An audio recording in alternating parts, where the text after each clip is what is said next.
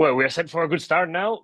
Good afternoon, good morning, or evening to those joining from further afield. And welcome to this Trusted Family webinar hosted together with LGT. My name is Enrico Viora. I'm director at Trusted Family, and today I'll be your host.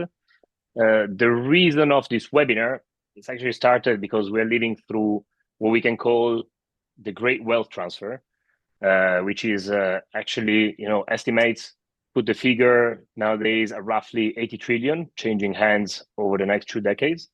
So they're giving a lot of attention is paid to financial structures and legal mechanisms and the human side of the transfer. So how the next generation actually thinks and feels about wealth receives far less airtime, we can say. And so that's exactly why we want to explore this topic today. And this session brings together two organizations actually with a shared conviction. So basically that families who invest in relationship, communication, and governance alongside financial capital are the ones who thrive across generations, I would say. And Trusted Family is the go-to platform for family governance and family office management. Today, we support nearly 230 families across the globe, literally. And our partner, LGT, owned by the princely family of Liechtenstein, is one of the world's leading private banking and asset management groups, and the home of today's landmark research study, I would say. So what to expect in the next hour? We have Silvia Bastante de Ulverau, and she will present the key findings of this LGT global study, Wealth for Impact. And this is going to be a deep dive into how rising generation across 30 countries relate to the 5 dimensions of wealth, if we can define them so. So it's creating, investing, spending, giving, and transferring. Then we will open into a panel discussion where Silvia is joined by two remarkable next-gen leaders who will bring those findings to life into their own lived experiences. And then we will close with a Q&A. So please make sure you ask all the questions you want in the chat here that we have on Zoom. Briefly introducing the speakers. Let me introduce first Silvia Bastante de Ulverau, as mentioned. She's a global philanthropy expert with over 25 years of experience and the principal co-author of today's LGT study. Then we have Eduard Thyssen. He's a fifth-generation member of the Belgian Agaxis family and co-founder and ex-CEO of Trusted Family. An ex-gen, basically, who turned a personal challenge into a global business. And then Pauline Borg is a fifth-generation member of the Finnish Ahlstrom family, founder and CEO of Kairos, and a board member as well of the Eva Ahlstrom Foundation. Basically, a next-gen leader working at the intersection between philanthropy, impact investing, and family governance. Now, I leave the floor to you, Silvia, to start deep diving over the study and then continuing over this great conversation. Perfect. Thank you very much. And I just managed to make my my camera and my setup work. I was having some issues with Zoom a little bit earlier. It's a pleasure to be here with all of you. I wanted to briefly introduce you to this study that Enrico mentioned, and then we will have a bigger conversation with Pauline, with Eduard, and hopefully also with participation from the audience. I'll start by reading a quote from this report. The quote says, "I believe you don't need to have different pockets. In this pocket, I destroy the planet, and in this pocket here, I mitigate the problem, and from this pocket, I generate social impact. It should be about all aspects of the pockets working together for social impact." And this report is born out of the many conversations that with my colleagues at LGT in philanthropy advisory, which is where I work, and also in family advisory, we had with wealth holders from all around the world, talking about, how they perceive wealth. And this is especially people that are between the second and the 26th generation of their families. And we had the hypothesis that they had a more holistic conception of wealth and came up with this framework that there's 5 dimensions to wealth. First, there is the meaning of wealth in and of itself, but then there is how wealth is created, how wealth is invested, how wealth is spent, how wealth is given, and how wealth is transferred. So we wrote this pioneer report based on more than 60 interviews with next generation's wealth holders from all around the world. We had 50% women, 50% men. The age range was between 18 and 77 years. And there were people from 30 different countries in 6 continents.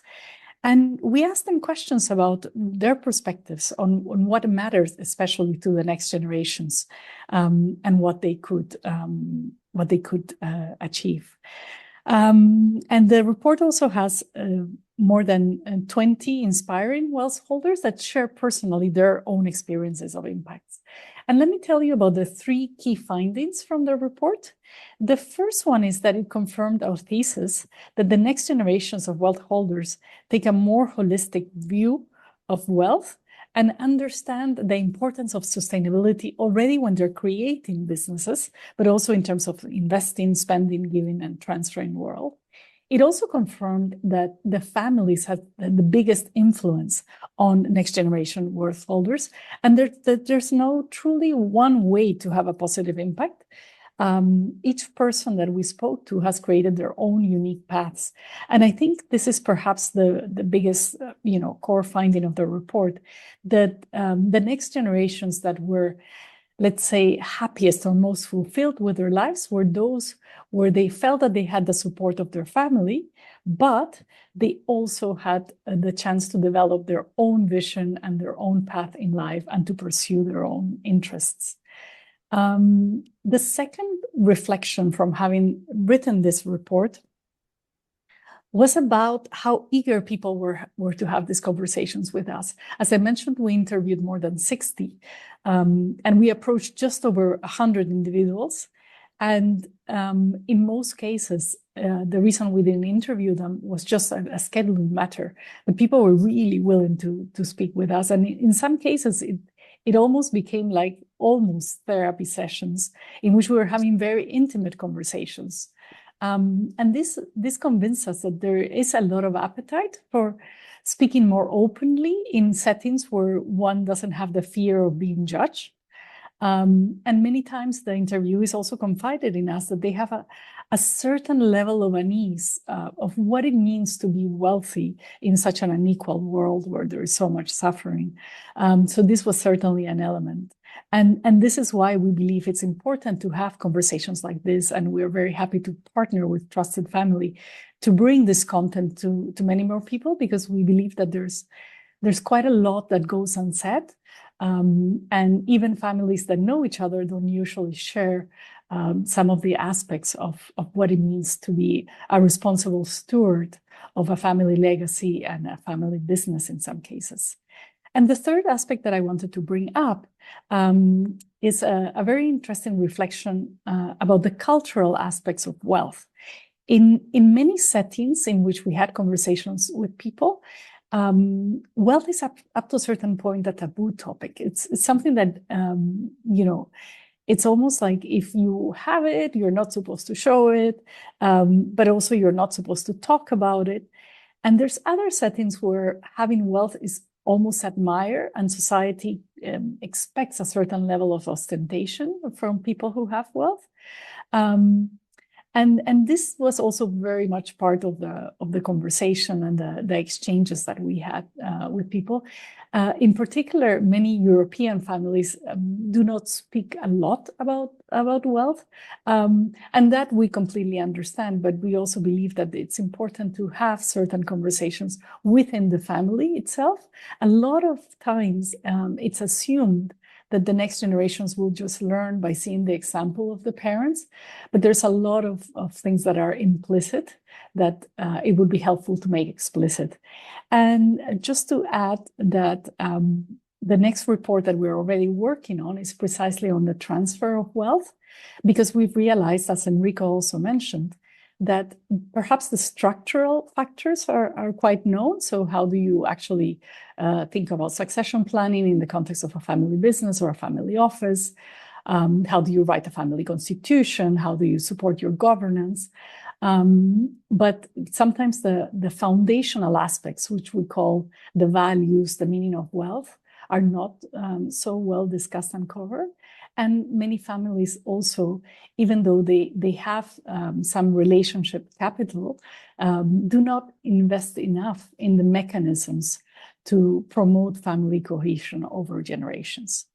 Let me stop there and turn to our panelists. And perhaps I could start with you, Pauline. So we know that you belong to the fifth generation of your family, and values have been deeply embedded in your family's legacy. Could you just share with our audience a little bit about yourself and how your work in philanthropy and impact investing has evolved? Sure. Hi, everyone, and thank you so much for having me today. I'm Pauline. As Sylvia was saying, I'm the fifth generation of the Austrian family. So perhaps for a little bit of context, because it's relevant in this conversation rather. We're 450 family members over 7 generations, so quite a large family. I was born outside of Finland. I was born in Switzerland, and so was raised a little bit removed from our family business and our family activities. So I think I had perhaps a little bit of a different upbringing to those who might have been raised with sort of family business conversations around the dinner table. But essentially, I, from a very young age, always wanted to do something that gave me a bigger sense of purpose and that would contribute positively to the planet and the environment. And initially thought that I was going to set off becoming a photographer. Realized that I had no talent whatsoever in doing that. So I did my first career pivot. Was always very interested in narrative and storytelling, and I've worked for a number of years in advertising, communications, and event management, thinking that I would change the world one ad at a time, quite naively so.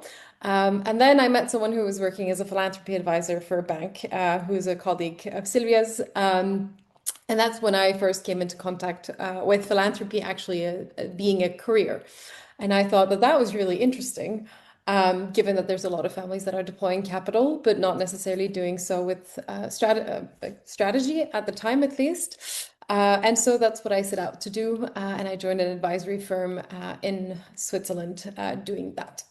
And from there, linking a little bit to what Sylvia was mentioning about the interviews that they did with the bank, with the next gens, I started thinking about, if we have, and as Sylvia mentioned in her opening quotes, the different pockets where we have, the business and the investments that can cause harm, and then we do philanthropy, how is that actually coherent in addressing some of the challenges that we're faced with?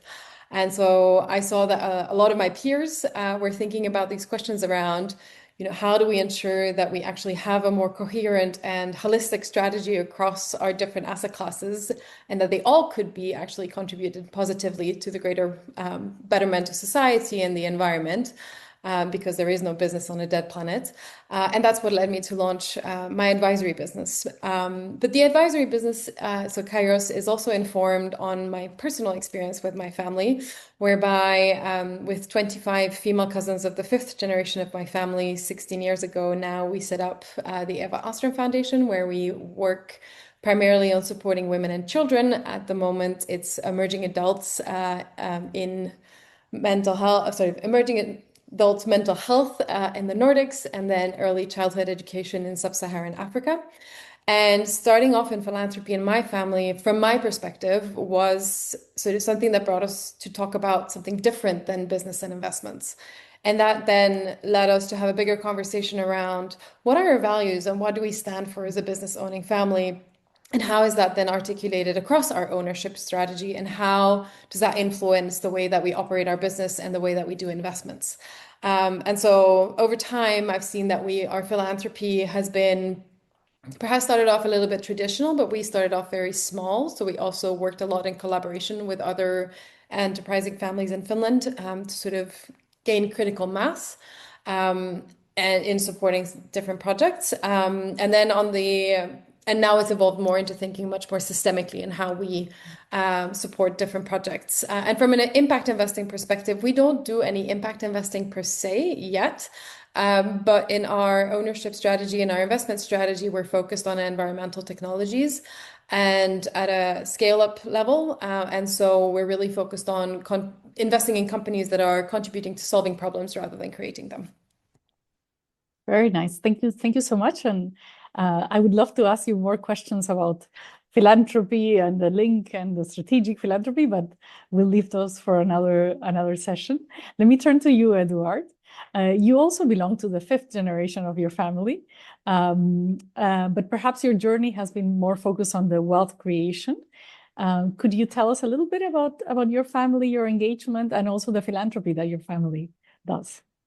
Yeah, so hello everyone, and nice to connect. A big thank you for the entire Trusted Family team for putting this program together. For all the Trusted Family clients also on the line, thank you for your trust and collaboration, and super excited to partner with you, Sylvia, on this, and to have you on the line, Pauline, as well. Yeah, so a quick background. My name is Edward. I'm from Belgium originally. I grew up in Belgium. My family is a 5th generation in building materials, but we actually have a rule in the family: no one works in the day-to-day operations of the company. And, my family name is not linked to the company. So, to be honest, when I was a kid, I didn't fully realize until probably, I was like 15, 16, and we started having some programs for the next generation, kind of, right? And so I think my journey has been like an entrepreneurial journey, but still connected to the challenges my own family was facing. So I was actually quite geeky when I was young. I learned coding when I was 15. I was just buying books online and learning the programming skills. Back in the days, obviously now with AI, you don't write code anymore. So, but the books were still helpful. And when I turned 20, my dad sent me to a family business conference here in Belgium, basically, right? And so I got to that conference and I got introduced to sort of a lot of next generation members of other sort of large Belgian families. I realized I had some cousins in the room I, didn't really know very well, kind of, right? And then, everyone was sort of sharing about the typical challenges of family businesses and family offices. And I think basically, there was a professor from INSEAD Business School who highlighted that, this sort of 3rd generation syndrome that, like it's hard to keep a family together over the long run, right? And it's often, because of a lack of communication and transparency between those that have an active role and those that don't have an active role, right? And, as, the number of stakeholders grows over the generations, like how do you keep this communication very close? And then the second thing was, education and preparation of the next generation, right? How do you make sure that, the sort of the hard work ethic and the entrepreneurial skills that, created the wealth in the first place are also transferred to the next generation? And then the third bucket was obviously governance. Is like, how do you make good decisions as a group, right? Like if you're a founder, you make the decisions, but basically when the founder passes away and its siblings or cousins, like how do you make good decisions as a group, right? And that's sort of how Trusted Family started. Initially, I just built sort of a software platform to basically work on governance, communication, and education for my own family. And I actually met my business partner at that family business conference. He's also called Edward. He's part of another Belgian family. And we basically exchanged business cards at that conference and ended up creating, this business together and also something more in the financial markets. So it's been a really interesting journey. So that was sort of my first entrepreneurial experience. Build and scale this business now. Like Enrico said, we work with about 230 families in over 30 countries. A few years ago, an external CEO joined and took over the leadership of Trusted Families. So now I'm a very engaged and active board member. And over the last year, I've been actually super focused on AI and the impact of AI in basically, the Trusted Family business, but just families in general, right? Voilà. And then, maybe also on the philanthropy side, we have a family foundation that's called Selavit that's active in social housing, supporting housing projects all over the world. The view being is that, if you don't have a home, it's hard to build a family, to invest in your own learning or education of the kids. to find a job, to like join a community and all that stuff, right? And so that foundation was led by the brother of my grandmother, and now my dad is actually Secretary General of that foundation. And I recently joined the advisory board of an organization that we work closely together that's called Habitat for Humanity, that has a very similar mission, supporting basically housing projects. And I must say it's been really interesting to apply some of the entrepreneurial skills I've learned, through Trusted Family in this impact world, kind of, right? So right now we're working on a big campaign in Nepal, actually. We're also looking at something, obviously, in Lebanon with, everything happening there. So that's me in a nutshell. Great, thank you so much for the thorough introduction, and also for the connection of many of the topics that we've already been discussing. So one of the key findings of the report, which I also mentioned in my introduction, is that the individual wealth holders who feel most engaged and fulfilled appreciate having been encouraged by their family to forge their own path and find their own personal meaning, instead of having to conform to others' expectations. You already gave us a hint, Edward, when you said that your family, by rule, you cannot join the family business. But I'm wondering, for both of you, how has it been to be able to shape your own identity, independent from your family, but at the same time still honor the legacy and what your family brings to this world? Maybe Pauline, do you feel like starting? Sure.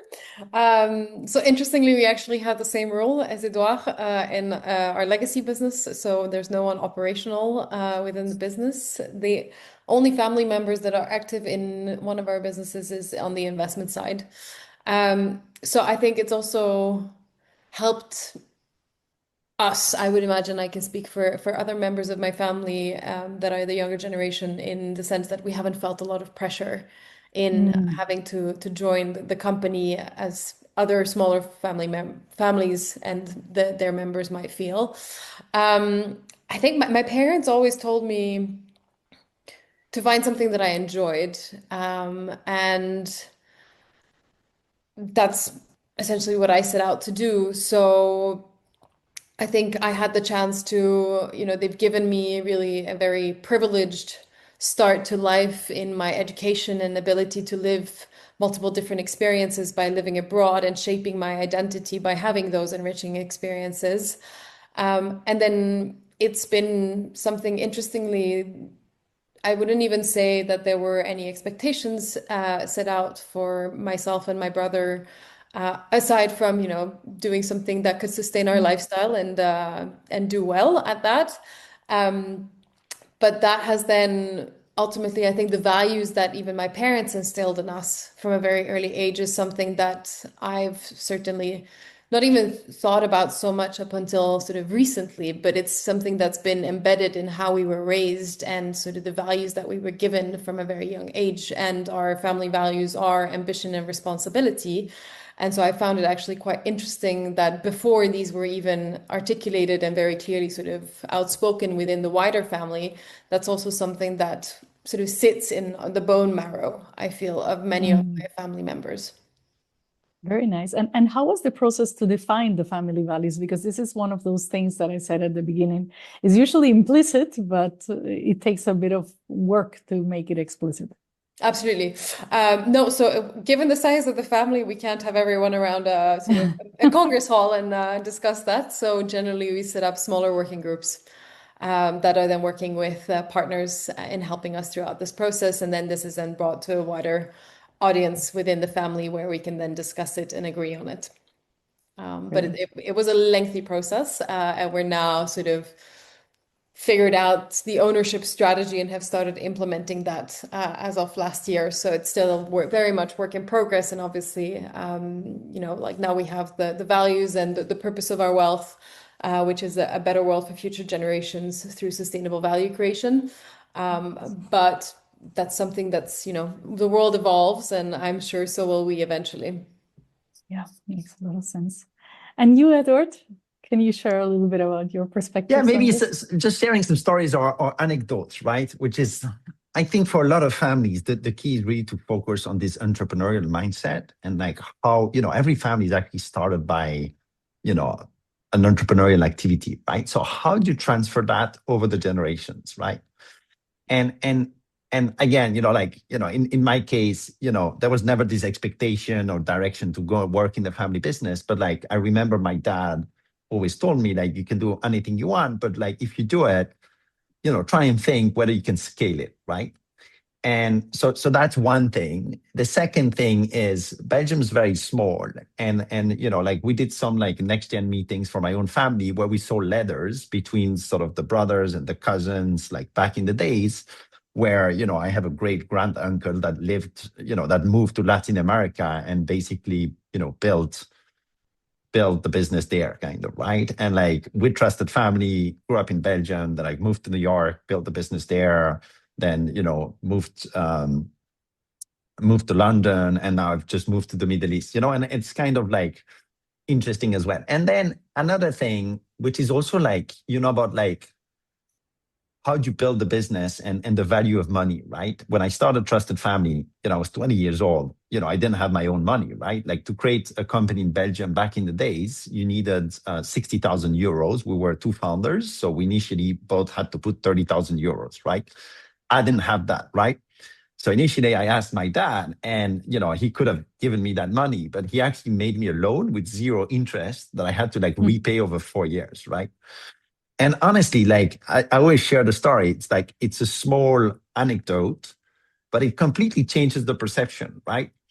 Because suddenly you're thinking, okay, like how do I build a business where I can like actually reimburse my dad over a certain number of years, and it like, so I think parents have a huge role to also inspire their kids and, to really think like these small little things, actually, I think they end up having a huge impact on sort of your kids' journey, kind of, right? That makes a lot of sense. And what would you say, I've been discussing this with many other families, and somebody said to me, yes, but the entrepreneurial gene is not necessarily inherited. What would be your point of view on that? I mean, it's hard to say. I think I would probably tend to disagree with that. Like, honestly, like I never thought about it, but like, I've just been exposed to a bunch of entrepreneurial activities even before I actually started Trusted Family, right? So in my high school in Belgium, they had a program called Mini Enterprise, right? And so basically, during high school, we sort of started this like mini company for like 12 months with 10 other students. And again, that was just a learning experience that, taught me like a lot of skill sets about like how to manage a team and, how to like decide what you do and how to sell a product, etc. Right. And then at university, I did another program, again, before Trusted Family, which was called Start Academy, which was sort of a clone of Star Academy in France, where again, you would come up with a business plan, kind of, right? And again, there, I don't know, I had participated to that with other students with another idea that never really took off. But I think it creates that environment, right? And now, I feel we're in this world with like AI now, where again, I've never been more excited than over the last 12 months, just because like the ability to build or the ability to innovate has never been easier, because intelligence or access to information has basically become cheap, like nearly free, right? Anyone has access to the same tools, wherever you come from. If you take a subscription to one of the models out there, it gives you honestly limitless, unlimited intelligence. You just need to like ask questions, right? And then learn from the answers from these questions, right? So I do think it can be learned, and it's a mindset. Yeah, no, that's very helpful. And another of the topics that I raised from the report is this idea that wealth is a little bit of a taboo in many cultures, and that families don't necessarily speak about wealth. At some point, many families do train the next generations on how to manage wealth, but very little is shared explicitly about the foundational and the relational aspects of wealth and privilege. So I wanted to ask you both, what has been most helpful to you in your own experience? What has helped you the most to be able to be comfortable as a steward of the family wealth, and also to think about how you transfer to the following generations? If Edouard wants to start this time. Yeah, I mean, I think it's what you just said, right? It's like basically looking at, I'm a steward. I think a lot of families with their family businesses, they think about, hey, it's not something I'm like entitled to. I'm a steward of this company, and I want this company to survive and pass it on to the next generation, right? And I think, again, it comes back to education, right? Like, how do you present this to your kids and to the next generation, right? And in my family, and I think a lot of the families we work with at Trusted Family, there is that sort of stewardship culture where they're really focused how do you transfer the business, but also the foundations, right? Like, how to make sure a foundation, a philanthropic activity is not only about business, it's like an entrepreneurial activity that has an impact, gets transferred to the next generation. I think that's one thing. On this whole taboo thing, I'll share something again that we do in my small family. Obviously, fifth generation, lots of cousins, but we started doing, I would say, structured small family meetings, right? So meetings with my two siblings and my parents, we probably do them every 2-3 months, kind of, right? And, there's an agenda, there's topics that we discuss, there's notes, there's follow-up, right? And I think in these meetings, we talk both about like, tangible, wealth concepts like, investments and, decisions we need to take. And I think that was sort of a tool for my parents to progressively get us involved and get us informed about, some of these topics.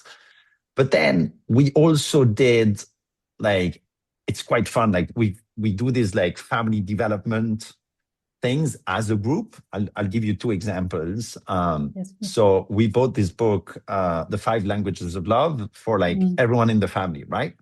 And everyone had to read the book in the family. And then we went for dinner in a restaurant.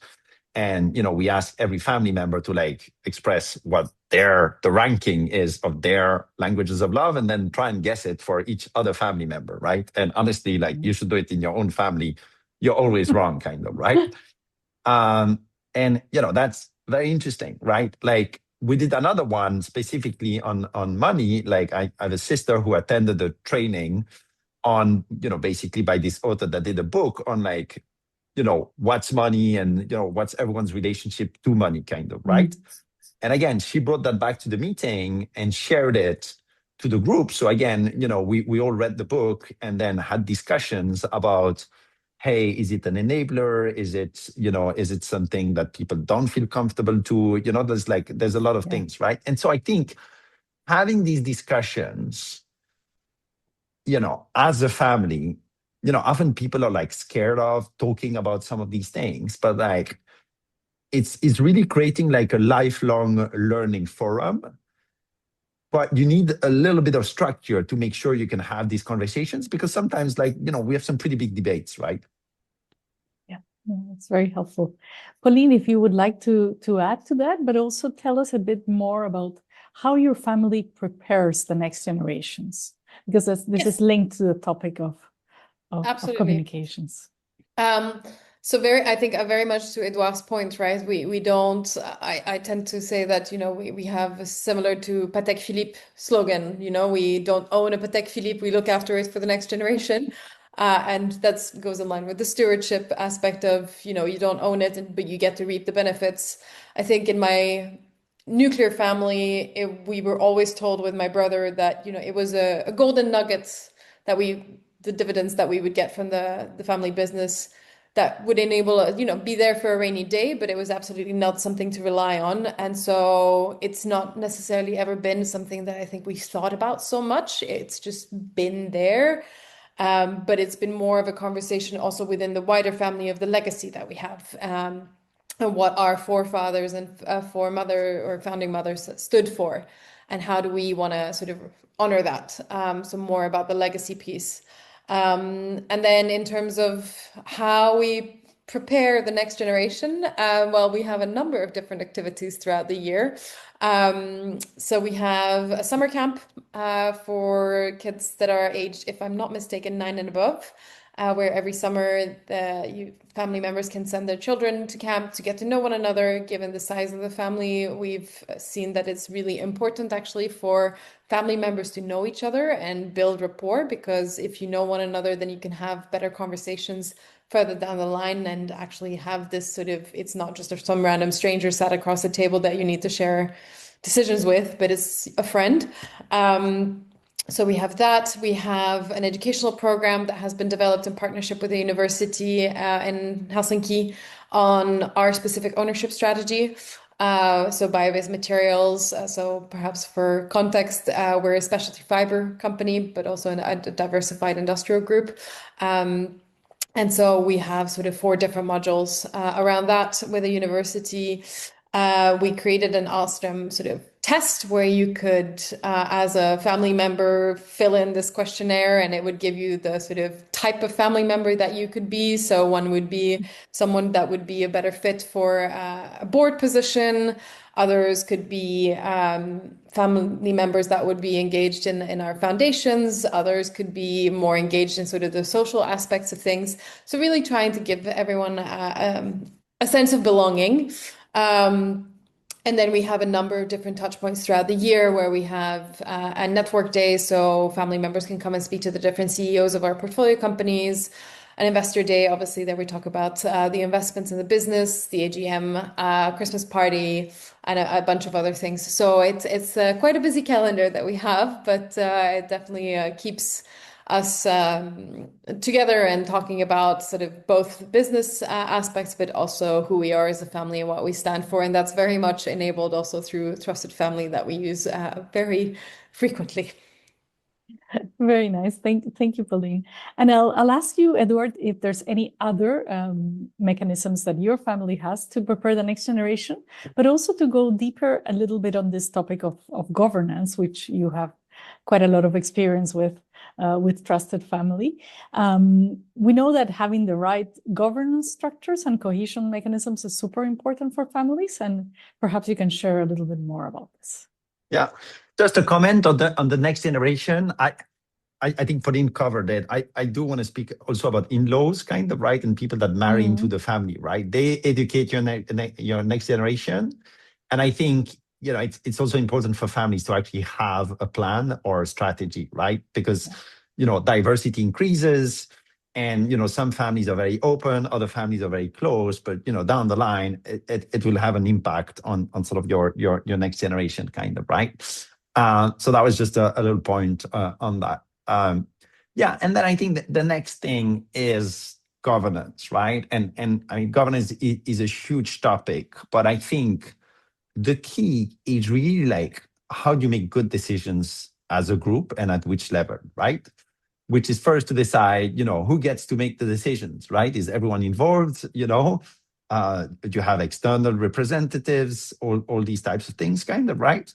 Then what information do you need to make good decisions, right? And obviously at Trusted Family, we're really focused on that, like getting people access to the right data and documents and information, and also like the history, right? Because I think often, like in families, I always see like, oh, why did we make this decision? Or that was a good or bad decision. But people judge a decision 5 years later based on the information they have today, right? Not based on the information that was available, 5 years ago, kind of, right? Then often I think it's not only about making decisions, it's also about implementing, following up, and learning from those decisions, right? Like, if you're in a business, it's easy, right? Like there's to-do systems, it's people's jobs to like deliver on that, right? In families, it's family members, right? Often they're busy, they have their own kids, they have their own lives, their own jobs, etc., right? So how do you make sure that like when a decision's actually made, it gets implemented, it's followed up on, there's a deadline, all these types of things, right? And then I think the last topic is really like, at what level do you have what type of conversation, right? Because I think now, we live in the world, there's just so much change and uncertainty happening, right? And like, I mean, you look at this year, right? Like it's crazy, like everything happening geopolitically, right? You know, depending on where your family is based and in which sector you are, this can have a huge impact on you, right? I think AI, it's like, it's a massive opportunity, but it's also like a massive disruption for like many families, right? And so it's like, how do you set up these structures, you know? And is it the board of the company, which again, some families, they have one business, right? Others, they have a holding with different underlying businesses, different underlying, you know, industries, right? Because I think there's always like this respect for like where we come from, but I think families need to think about the future, right? And it's like, how do you make sure families have this conversation to be like, hey, you know, how do we stay successful and entrepreneurial over the next 20 years, right? Like, how's the world going to look like in 20 years, right? You look at everything's happening just over the last 12 months, you project that in 10, 20 years, right? Geopolitically, like, how will the world look like, right? You know, US, China, you know, like that's just, it's a huge topic, right? I think AI, robotics, like, just there's so many changes. So like I'll share one exercise of like what we did in my own family. We did a Vision 2035 project where basically we worked together to, you know, try and explore the world of like how the family would look like in 2035, but also like how the world would look like in 2035. We had like basically name tags with our age in 2035. So that like, honestly, it's great because suddenly you're like, you know, a lot older, and then you talk to your aunts and uncles who are 122, and you know, it changes the dynamic of the conversation. And yeah, and so I think, you know, looking into the future and not being afraid to having these tough conversations, right? Like if you're an industry that will get disrupted, obviously be respectful of the history, but also think about the future, right? Like sometimes you have to make these like really tough decisions that, you know, make you ready for the future. Yeah, that makes a lot of sense. I could continue to ask you lots of questions, and it would be a fascinating dialogue, but I think we need to wrap it up at this point for Enrico to invite a couple of questions from the participants and the audience. I just wanted to leave you with the thought that the Priestley family from Liechtenstein, one of their mottos is forward looking for generations, which I think captures very well the topics that we've been discussing, your point of view, Eduard, what you're doing, Pauline, and also this idea of transferring wealth with values and legacy. So on that note, I leave it to Enrico to facilitate the Q&A. Fantastic. Thank you very much, everyone, for all the answers and the great questions, Sylvia. I can already see in the Q&A there are a couple of questions. One is regarding actually how involved are spouses and non-family members in family sessions, and how family and about wealth, family wealth and family business. So what role do they play? Who wants to take it first? Eduard? I see you have the microphone is off. Or Pauline, you turned off the microphone, so you can go ahead, ladies first. Well, I think for us, we count spouses as family members. So they are involved in the conversations and the decision making. Very simply put. I would say we have a blended model where they're involved for some, but not all. And then within Trusted Family, I've seen both cases. Some where honestly there's very little involvement and they're quite far away, which I think sometimes is like too far, right? Some that they're really involved and they even have the opportunity to buy shares into the family business. Like I've seen these types of cases where like, you know, they really become like aligned in the ecosystem. And then, you know, there's families more like mine where, you know, they're involved, but not fully. And this is, if I can jump in, because we're doing the research for the next report, this is one of the interesting trends that we're seeing. So more and more is moving more towards the idea that they're not involved. Mm-hmm. And I think it has to do with also how relationships in families are changing, meaning that it's less likely that you marry one person and you stay with them for the rest of your life, and therefore, you know, people are taking that into consideration. Thank you. Now there's another one, actually very current, regarding AI. So whether you allow AI agent to be part of the decision making. Maybe Eduard, you want to start with this one, given your role within So AI now? I've been super focused on it. And obviously, I mean, there's my personal family member hat, and then there's, you know, what we're doing at Trusted Family, right? And obviously, like, I think the opportunity for having AI agents to be part of the decision making is massive, right? Like today, technically speaking, you have the ability to record any type of conversations, right? So it could be either just, you know, meetings you participate, be it board meetings, family meetings, conversations, all these types of things. But there's even companies now launching devices which are like wearables that basically record your entire life, right? And, you know, for those of you that have played with AI is great, but the problem now is like it takes a little bit of time to set up what's called like the memory, right? Like AI works really well if it has memory and context, and then obviously tools to implement, right? And so, you know, I've been doing a lot of research to try and understand like how you basically build a personal memory. So I have this little experiment running where basically every day I have an agent that documents everything I've done in that day, like the people I've spoken to, what I've worked on, these types of things in like a sort of personal Wikipedia. And then my AI model gets access to that personal Wikipedia because it's kind of a self-learning mechanism, kind of, right?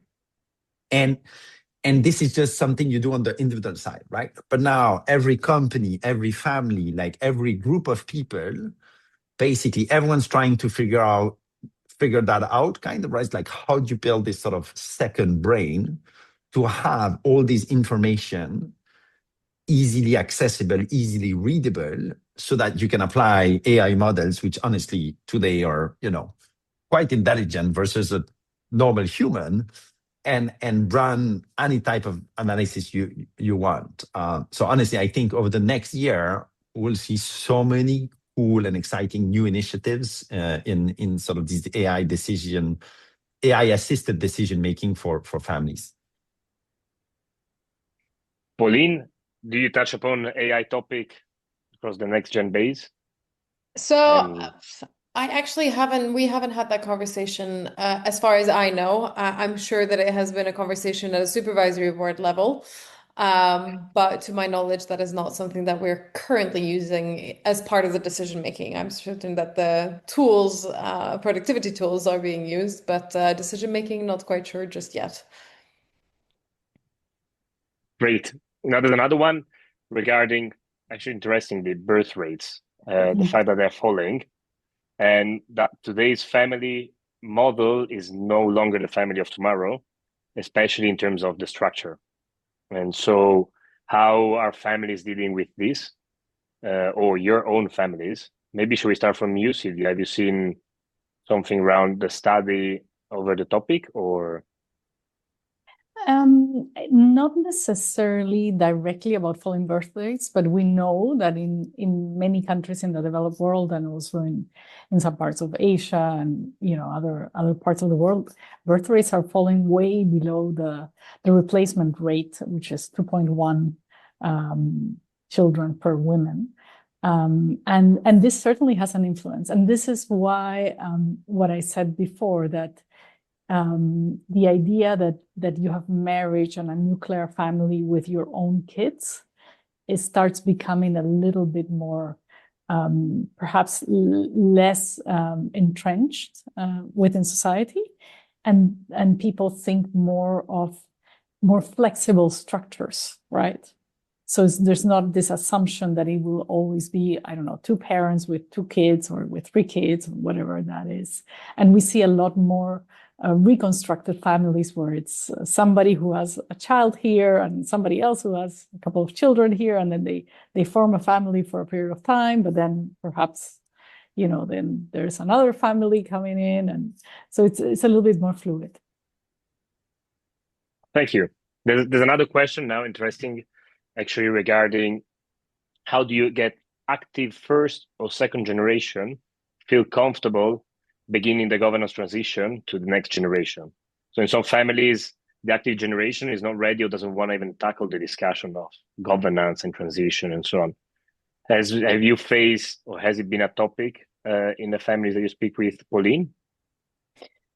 Yes, and I think there the values and purpose elements come in, because I see that as fundamental before actually going into governance discussions around, how the family is governed, what your family constitution looks like. It's really what does your family stand for, and what are your values, and what are you stewarding this wealth for ultimately. And there, I think, it's going to be a lot of conversations and a lot of different workshops, preferably of bringing an external expert, because there are sort of unspoken tensions and sort of dynamics between generations and family members, men and women in some cases. So I think that is probably one way to start. For us, I think what I perceived at least was, by becoming active in philanthropy, it also gave us a sort of way into sort of family activities for family members that weren't necessarily from a business background, or that were a little bit unsure about how to become engaged. And then that has also now trickled into sort of having an observer seat or seats in sort of our different supervisory entities within the family, which has also helped in making the younger generations feel heard, and thus leading to some of those conversations around, the transition and how that could happen more seamlessly. And you wanted to Perhaps. comment on this one as well? Yeah, I mean, I think it's about building trust, you have to change this relationship of like parents, kids, or grandparents, grandkids, kind of, right?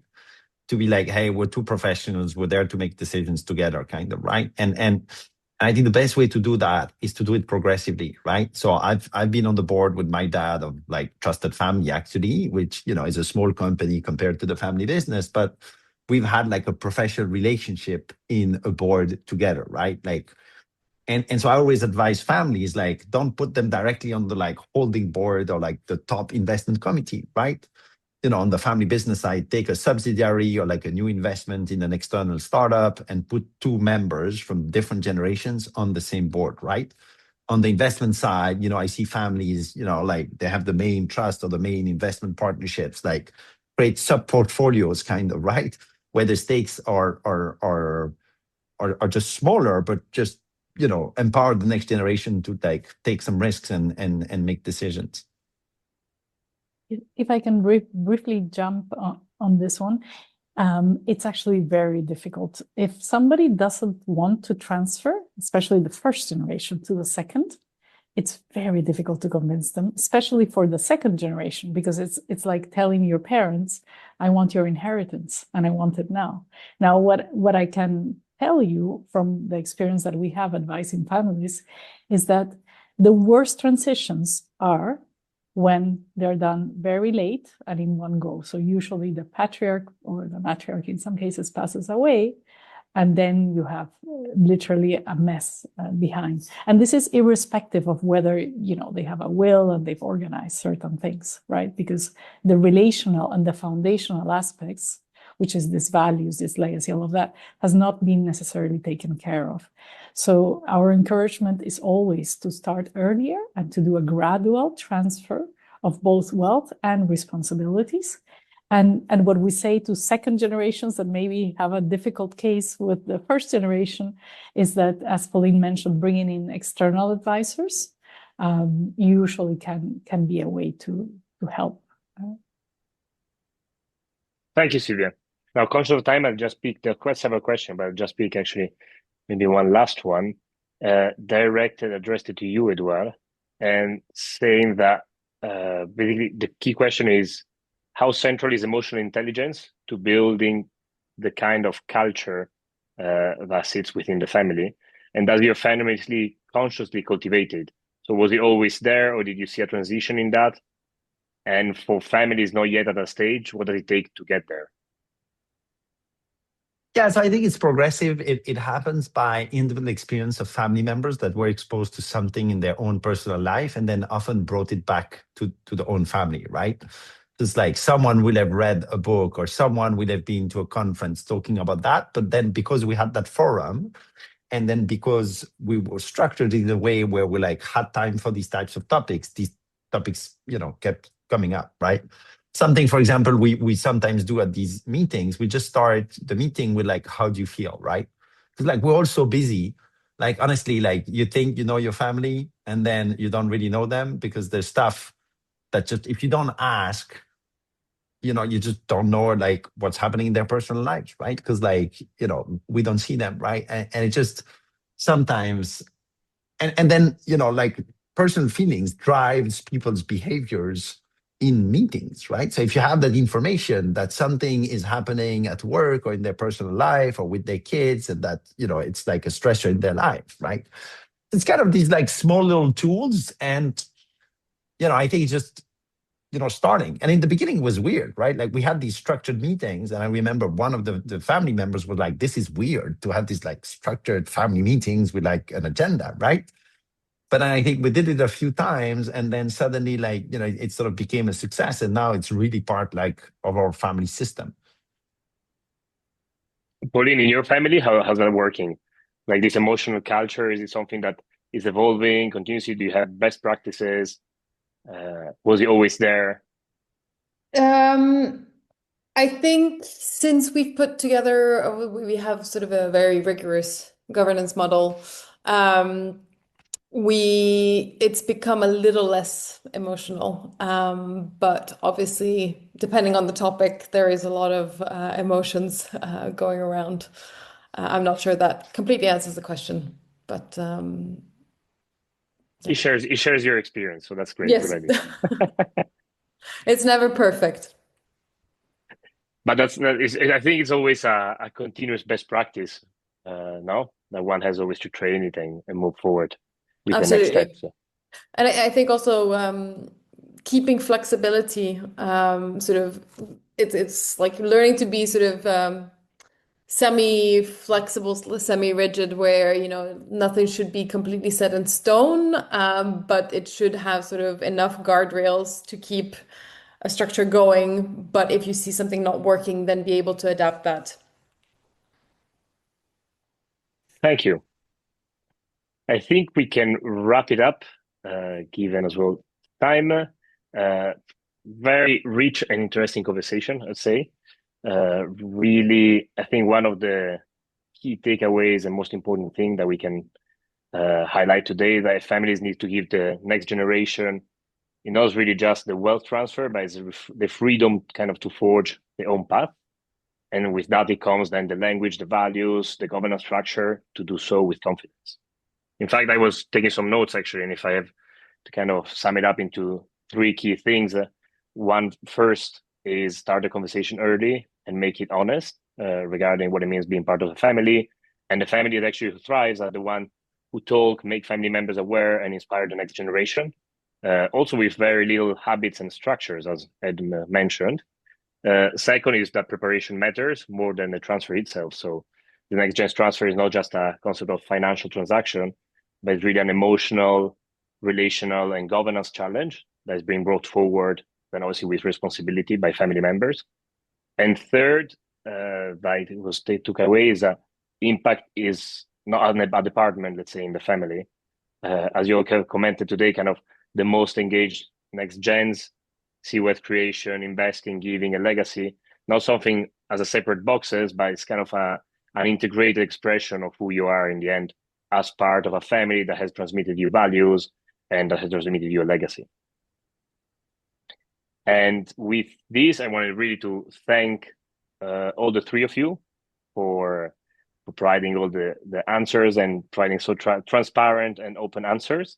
And as well as Sylvia for moderating and presenting the Wealth for Impact report. Actually, a few comments. These reports will be as well available. It's available to download, and we will share it as well in a follow-up email.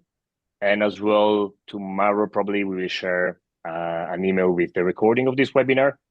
And yeah, thank you really everyone for spending this hour, 60 minutes with all of us. I think this conversation really matter. And the fact that you were so many joined and so many questions came up, it's really an important topic for families and the people that work with them. So thank you very much, and see you at all the future Trusted Family events and webinars. Thank you so Thank much. you. Thank you, Thank you all. Enrico. Thank you, Thanks. everyone.